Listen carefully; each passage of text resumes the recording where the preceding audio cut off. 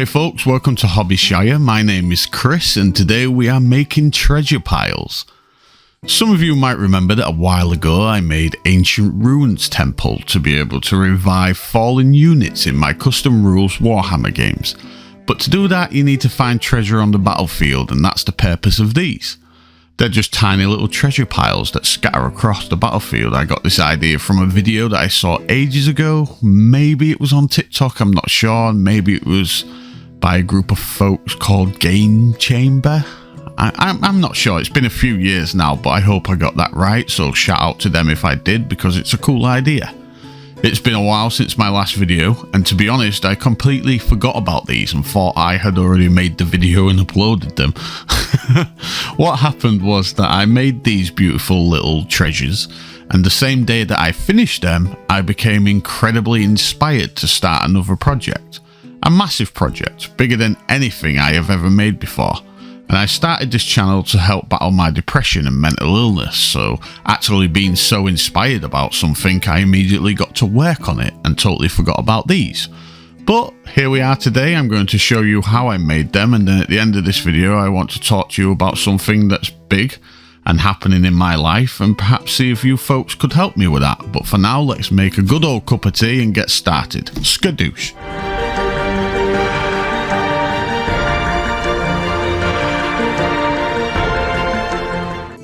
The first step is to get some lollipop sticks, or craft sticks as some places call them. I got these from the range this time, or at least I used to. I also used to get them from Hobbycraft. But then I found this local little charity shop called the Scrap Store, who sells them brand new in large bags for 50p. But regardless of where you get them, they shouldn't cost you much. I stacked a bunch together and stuck them in place with whatever tape I could find. On this occasion it happens to be blue electrical tape.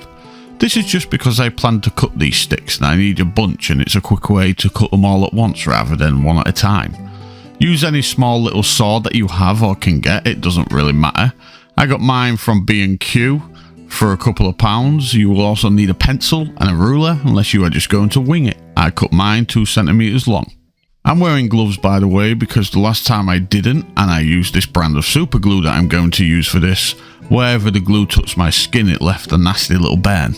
I don't know why I thought using these gloves would work for me though, because at one point I ended up gluing my glove to the wood. Once you have cut your wood, take the tape off. I had to use my little craft knife to help me. Then you should have a bunch of pieces all the same length. I grabbed my super glue and I just started sticking them together to try and make little boxes and crates. I used one piece as the bottom and then just glued two more bits on the side like you can see in the video. You can use wood glue if you like, or whatever other glue that you prefer. I just used super glue to get it to stick together really quickly. Once the sides were dry, I glued one on the end and the bottom and then just used pliers to snip them. The next step was for me to get a bit of sandpaper and just sand the edges down to make them look a little tidier and less jagged. I also scrape away any excess glue.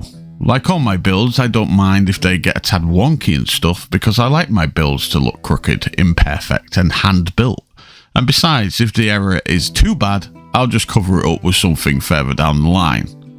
It was after sanding the edges that I realised I forgot to texture the lollipop sticks. This would have been better done before sticking them together with a tape. But I did it now by dragging the side, not the sharp edge, just the side of my craft knife along the wood over and over again. It's a quick and easy way of making them look like actual planks. I also carved a bit along the straight edges of the sticks too to add some kind of immersion and depth to the build. You might see in this video that I also made a little box out of XPS foam, and I threw that into the mix. I only made it because I just wanted to see if it was easier than the lollipop sticks. I still prefer the lollipop stick method, but it didn't look too bad, so I kept the XPS foam box, or Xbox as I'll call it from now on, and continued. I grabbed some bases. These are just generic round plastic bases. I don't remember the size, but any size will do. I bought these from Amazon as spares and never needed them until now. They would do perfect, so I used my glue gun to hot glue all the boxes in place.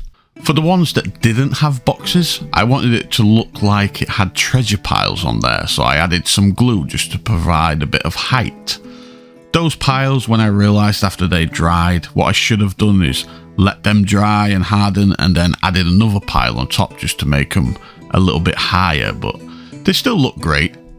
I attacked my tub of spares and grabbed a couple of swords and spearheads to stab into those piles while the glue was still not completely set. I thought that would be a nice little touch. And then I decided to base them all in my Mod Podge and black acrylic base coat. It's not necessary, but since we had the Xbox One, which was made out of XPS foam, I wanted to seal that and just decided to do them all because it won't hurt them, and if anything it helps seal them nicely and reinforce them a bit, so that was my next step. I did leave a couple of the wooden boxes untouched though because I wanted to experiment with those. I did that by grabbing this Quick Shade wash by Army Painter. It's a stain and I stained them with it. I ended up going over them a couple of times, but I thought that it actually did look kind of cool and more natural than painted wood. So there's an option for you if you want to try that. And before I forget, I didn't record it, but I did squirt some hot glue inside all the boxes too, just to fill them up a bit. Not all the way to the top, maybe 3/4 full. This is completely optional. I've just done it so that when it comes time to use the epoxy resin, I won't need to put as much inside in order to fill up the box. I took some texture paints from Citadel. These are the ones that make the surface look all funky and cracked like dried earth after it dries. I just mixed it up and painted half the bases in a brown one and half the bases in a black one. I can't remember the name, but any kind of texture will do. You'll be painting over it. It's just to get rid of that unrealistic smooth surface that you get on bases. Once they were dry, I took some dryad bark and overbrushed it on half of them. By overbrush, I just mean it's more than a dry brush, but my brush is not fully loaded like it normally would be to paint a clean layer. I did that to all the brown muddy base ones, and then for the black ones I switched the colour to Eshin Grey, also from Citadel, and I did the same thing on the black ones with that. I then took some Scrag Brown and did a heavy dry brush over the brown bases just to add a variance in the colours and tones on there. And then once again I did the same thing on the black bases, but I switched the colour out for a neutral grey, which was just a cheap acrylic from Hobbycraft. The third and final colour on the bases was a tannish yellow that I stippled on the brown, and then an off-white that I dry brushed on the black. I switched my focus to the wood after that and painted all the boxes in a rough layer of Steel Legion Drab. It didn't matter if I missed bits because there was black underneath and it just looked like shadow and further emphasised that 3D effect of wood grain that we had done earlier with a craft knife. After Steel Legion Drab, it all got a heavy overbrush in Doom Bull Brown, so that you could only barely see the Steel Legion in a few random areas. Once dry, I then dry brushed all of the painted boxes in a very light grey. It's almost white, but not quite. The next step was to cover everything, all the wood, all the bases, in a watered down layer of my homemade black-brown wash. If you want to know how I made it, there's a video on my channel that goes into full detail and a step-by-step guide, so check that out. And whilst you are at it, if you enjoy my videos, don't forget to subscribe. I'm very close to 1,000 subscribers at the time of making this video, and I'd love to hit that milestone. It would mean the world to me, so subscribe, get your friends to subscribe, and if you have a granny, get her to subscribe too. With the washes dry, I gave all the boxes one more layer of dry brushing using the Steel Legion Drab again, just to bring back some of that variance in the colour tones. Next step was focusing on the extras like the swords and the spears. Everything got a base coat in Runefang steel. I loved this sword in particular, it's so cool looking and vicious. I'm going to say that this sword belonged to a mighty warrior called Theo Joshua, who used this sword to slay all the goblins that kept stealing the vegetables out of his mighty warrior vegetable garden, because, you know, all warriors need vegetable gardens. It's like an unwritten rule, I'm sure of it.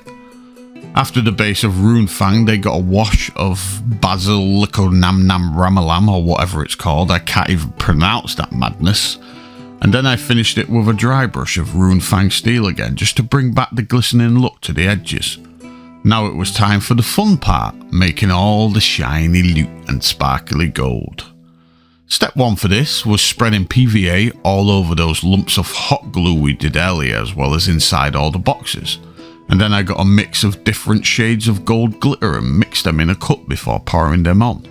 We are going to use resin soon, but this is just in case any of the resin stays transparent.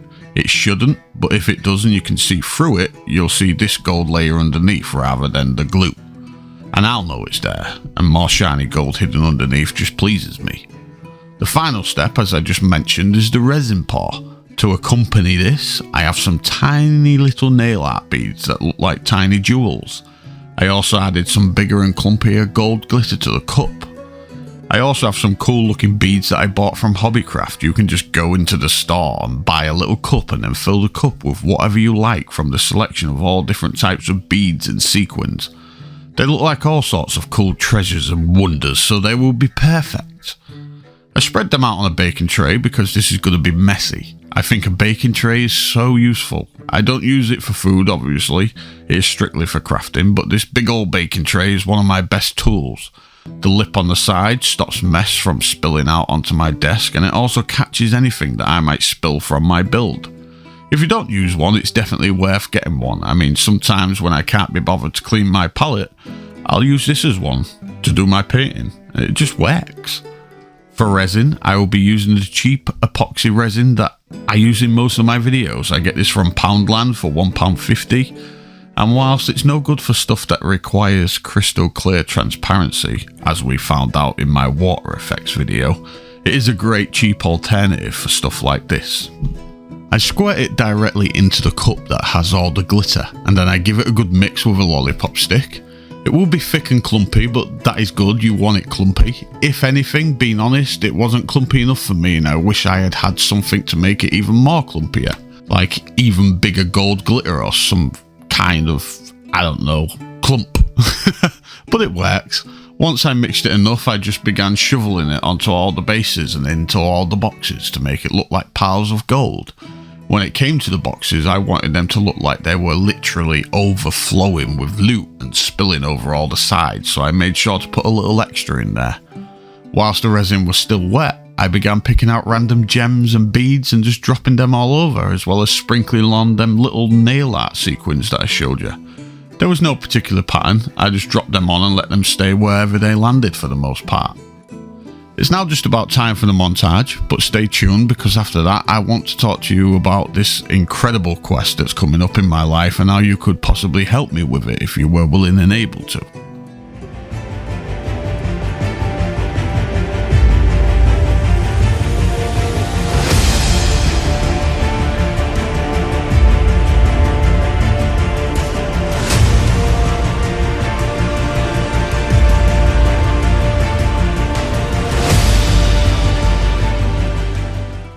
And there we have it, folks. Don't they look awesome? I think so. So, about my upcoming epic quest. First, let me tell you a little history about why this channel exists. Some of you know, because I've mentioned it a couple of times in my previous videos, that I used to do crafting with my dad. I grew up crafting with him. He would make these huge 12-foot long and equally as wide model train tables with mountains and rivers and villages. They were just incredible, and I mean absolutely incredible. And as a little boy, I would sit in the garage at night with him, watching him work on them, learning from him, and just being with him. They are some of the fondest childhood memories that I have. As he got older and the years passed by, I grew up, I moved on, I started my own life. I always went back home, like I would still see him nearly every day of my life. Well, I say nearly every day, pretty much every day. But eventually, he just didn't have the energy or money to keep making his big boards anymore, and he stopped crafting. I still continued, but not to that scale, not train stuff, mostly stuff like this video you just watched and my other videos. But my dad always loved me telling him about my latest projects and showing him things that I had made. I often told him that I would see an awesome video on the internet of a diorama or model, and he would always say that I needed to do that I needed to make videos of my crafts because in his eyes I was wonderful at it. I would always laugh and shrug it off and dismiss that, but I loved my dad to bits more than anything, and he was always encouraging me to chase dreams and strive for goals, so this wasn't really anything new.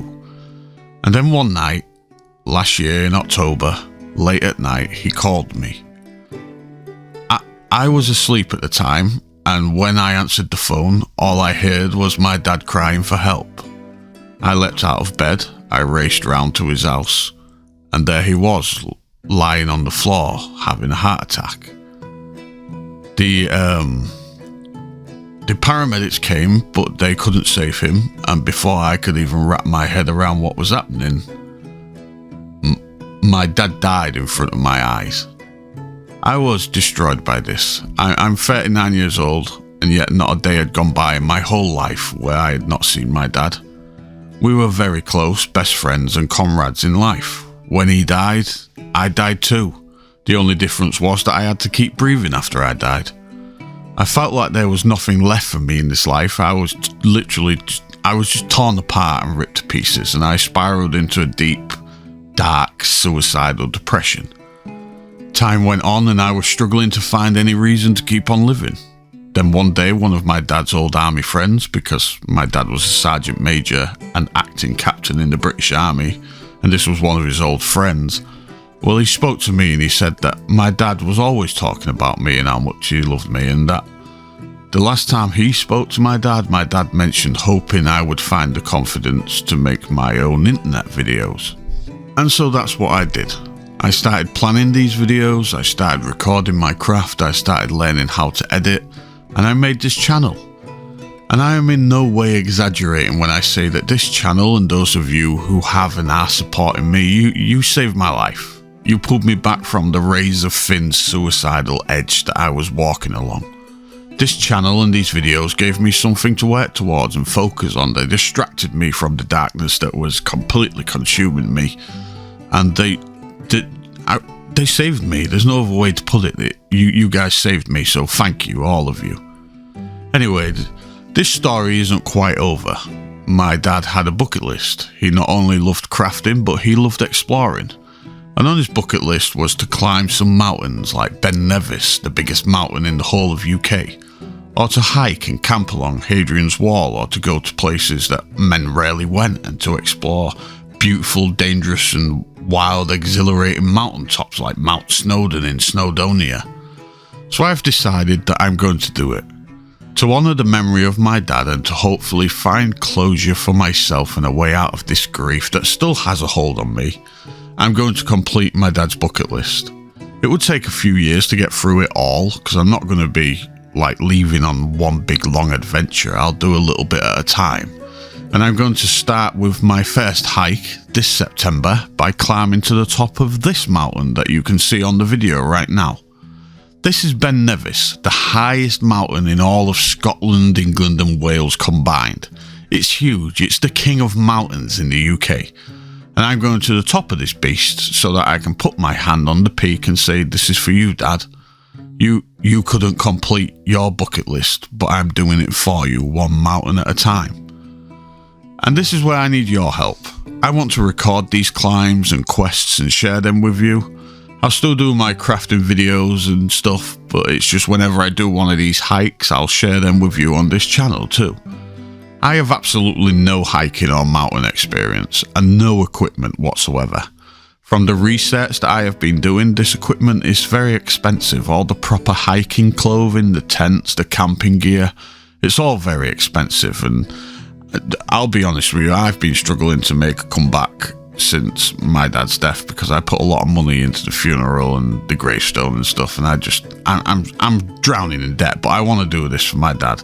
I also want to try and get a GoPro to strap to my chest so that it will be like I'm taking you folks with me whenever I do go, but to do that I need to raise funds. Now, I have reached out to a bunch of camping professional suppliers and whatnot to see if they want to sponsor me, but they aren't interested.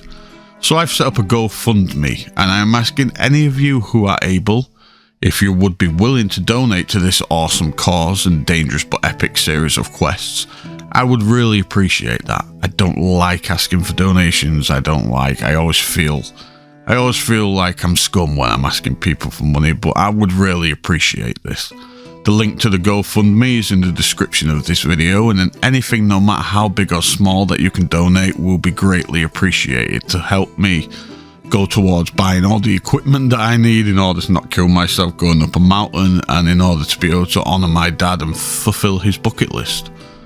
So That's it folks, thanks for listening, and just to be clear, even if you can or don't want to donate, I just want you to know that I'm so thankful for all of you simply for being here with me during this adventure.